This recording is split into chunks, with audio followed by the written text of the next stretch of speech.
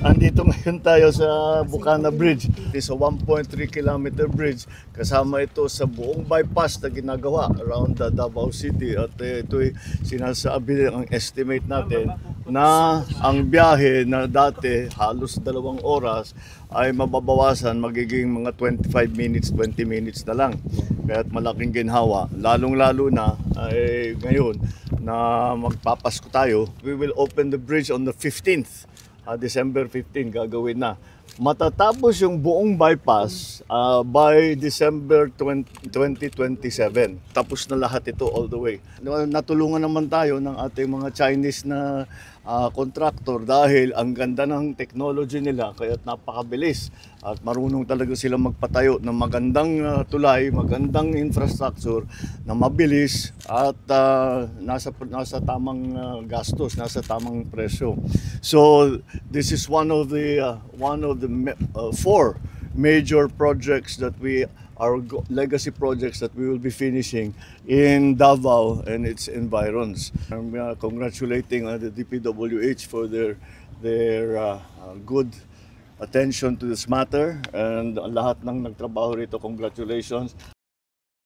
Ang Bukana Bridge ay may habang 480 linear meters sa kabuuan ng tulay.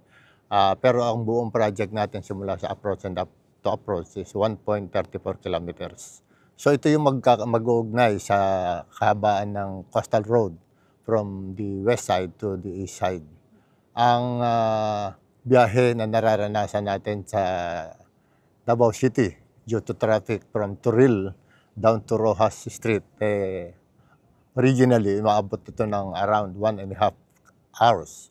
Sa pagtatapos ng ating tulay, malilesen ito at magiging 30 minutes na lang ang abutin ng biyahe natin. This is a ODA project, a China grant project na pinagkaloob sa atin ng Chinese government. Ito ay merong 4 lanes na may combined sidewalks and pedestrians sa kaliwa at sa kanan ng ating tulay. Actually, ang technology na apply natin dito ay yung tinatawag nating moving forms.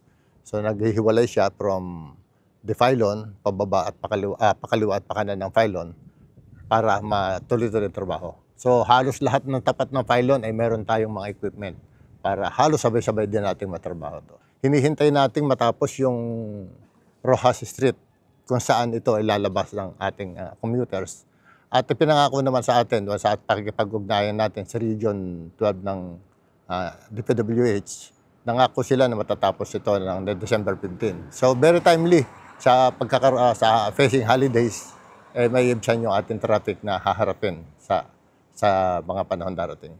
Ang traffic ay nagkakaroon ng economic loss na according to studies, billion pesos po sa loob ng isang araw.